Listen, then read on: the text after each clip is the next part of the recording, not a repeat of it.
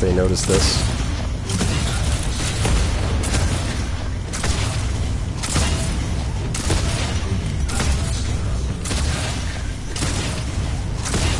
Oh, this is gonna be scary. We got a second in the head.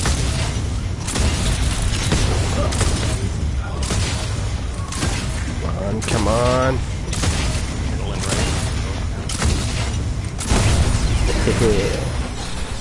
The enemy teams that have a harvester too. They'll get skill points less often.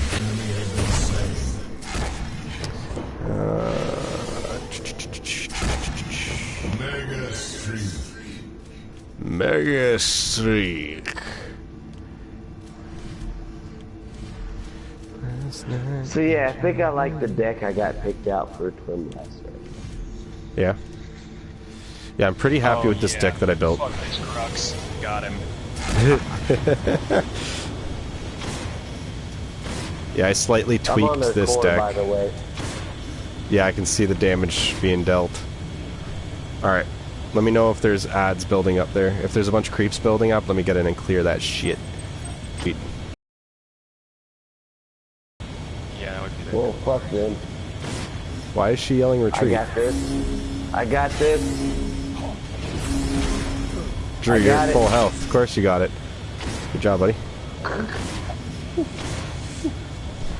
And done.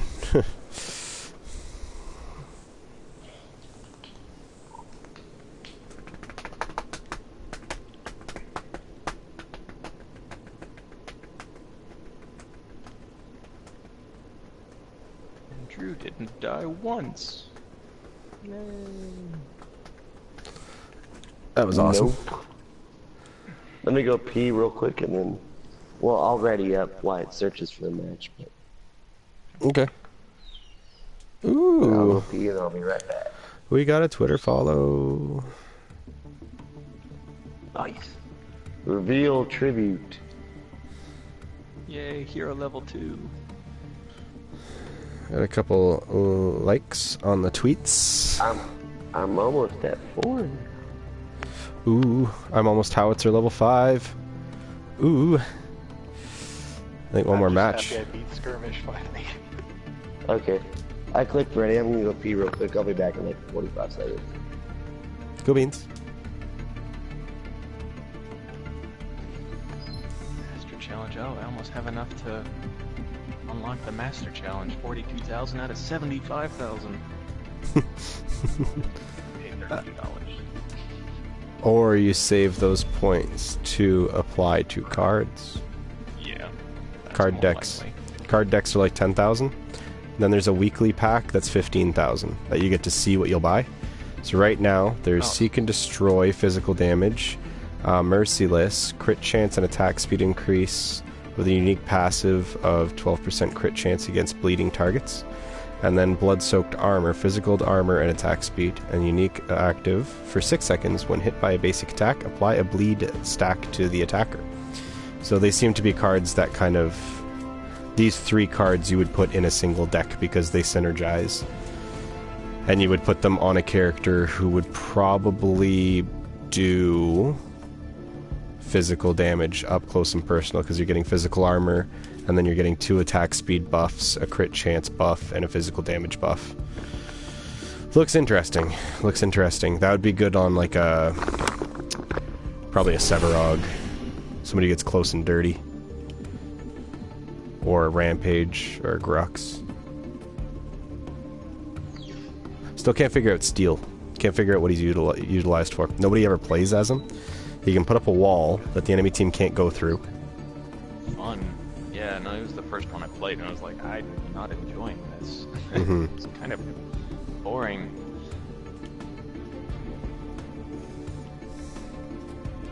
That's right. To make Gideon useful, I have to jack up his power faster. I So when kind you do of... cards.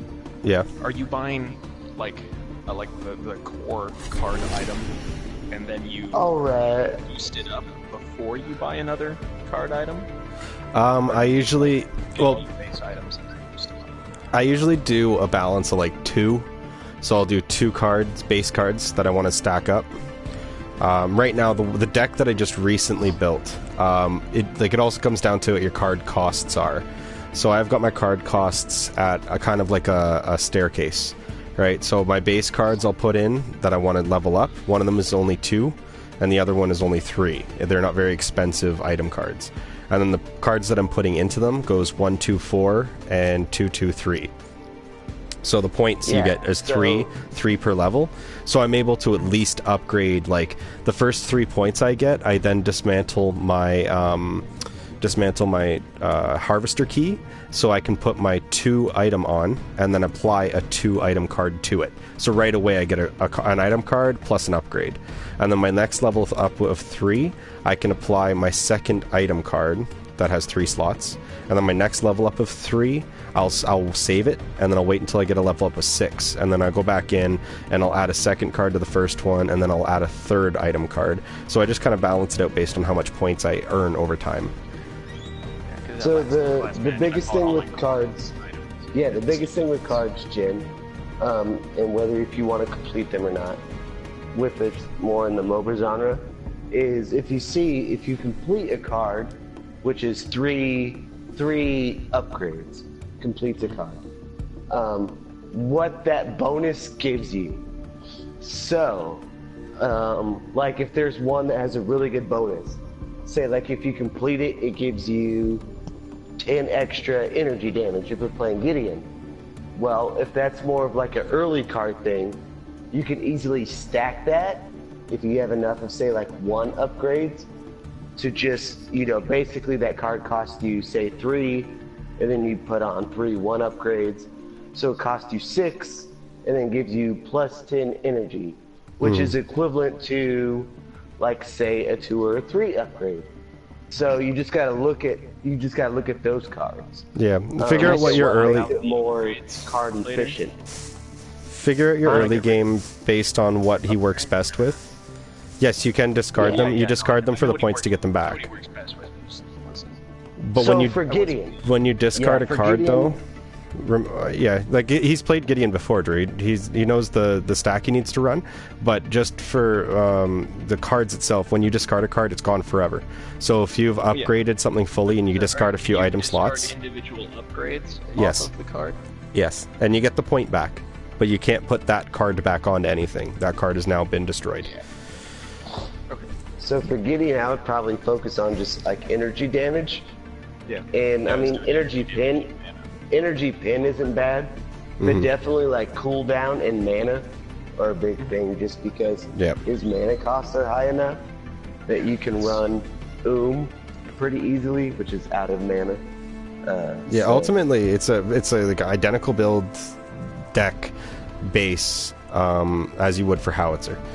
Energy damage, cooldown, regen, and ramping it up, right? Because near the end of that game, I was where I should be, but like the process of getting there, felt was and to be honest with you, I really wouldn't even worry that much about your decks until you're able to unlock a different amount of cards, because the basic decks that'll give you are efficient enough until you get like good enough cards that'll warrant replacing them out. Yeah, like it took I think it only took 4 or 5 packs. If you scroll over your card, if you scroll over to your card packs under store, you will want, if you prefer just playing Gideon, you can either buy a card pack, which is a bunch of random ones, or intellect card. The intellect card will focus on ability power, so energy power. Pretty much like whatever your character specializes in. So intellect and corruption, you can go and select individual intellect and corruption cards. It'll be a random intellect or a random corruption card that you could use at least in Gideon's deck. But you can pick what kind of random cards. Yeah. They also changed from the last time that you did deck building. They've changed the actual deck building structure. Deck building used to be it was a lot more confusing. Yeah, now the big change they did, so remember when you were putting in item cards and then you were putting in upgrade cards, there was 2 different things, and it was like really hard to figure out what you put in and what you didn't put in. They've actually taken the idea of putting individual upgrade cards out. you can actually just pick the item card you want that has the slots, and then you can pick, these are the upgrade cards that you could automatically link to this item card. So like it'll give you your item card that you just selected to put in your deck, and then it tells you you've got 3 slots available, and here's these 7 cards that you own that are capable of being put onto this card as an upgrade. And then you can select those, and all of them get put into your deck at once. So you know, okay, so this item card, I've got now, there's a 1 cost 100 health, a 2 cost 150 health, and a 2 cost 175 mana upgrade that will be linked to this item and then put into my deck as I make my changes. So you don't have to do upgrade cards and item cards individually. You can do them together, grouped. It's really, really efficient now. It's really cool. Yeah, because the only time you really need to worry about both is once you get, like, once you unlock enough cards and you understand your character more. Like with Twin Blast, my level 2 card gives me attack speed and physical damage right off the bat. But with my character, I don't need to do attack speed for upgrades. So I went in manually and just made it where all the upgrades were physical damage. But that the base card gave me at least some attack speed upgrade. So until like you unlock enough cards or you understand your character enough, that's when you get into like the fine detail. Yeah. Which typically, since we're playing against AI, like until like the full release game, I wasn't really worried about, you know, like a bunch of like, unless you're really trying to get competitive against PvP, I wouldn't really necessarily worry that too much about like getting that in depth about your deck. Yeah, like I made a big change for Howitzer just for co-op versus AI. You are a numbers nerd like me, so I can understand how you do want to get into that. So, like, yeah, instead of into it, but I don't want to be like incredibly inefficient. There's a difference between min-maxing your ass off and just literally for you have 4 stats: energy, energy pin, mana, and cooldown. Those are your main 4 things for any mage that you need to worry about. So anything that help you with that, you're good to go. Yeah, like now I made a change to how Howitzer is efficiently run, because ultimately he's health, mana pool, cooldown reduction, and energy damage. Those are the 4 that you want to do for his build based on what their little tutorial video said. And he works really well if you do that build and wait till like mid to late game to do the health build. I've actually scrapped out really doing any kind of health building. My health pool I don't really touch until late game, and I maybe boost it up so I get to the 2000 mark. That way I can take a few hits. But what I put up right off the bat now is I changed him to do increased attack speed and increased energy damage at the beginning of the match, and then increase my crit hit chance mid-game, and then do a health and mana pool increase at the end. So at the beginning, my base attack, even though it doesn't have a high damage hit, I can now do it a lot faster than I used to. So I'm more effective at CCing. I'm more effective at, you know, keeping the creeps out of our towers. I'm more effective than pushing other players back because that attack just happens more often. So my DPS obviously increases based on that. And I don't have to worry too much about my health because generally now I'm being determined as a threat.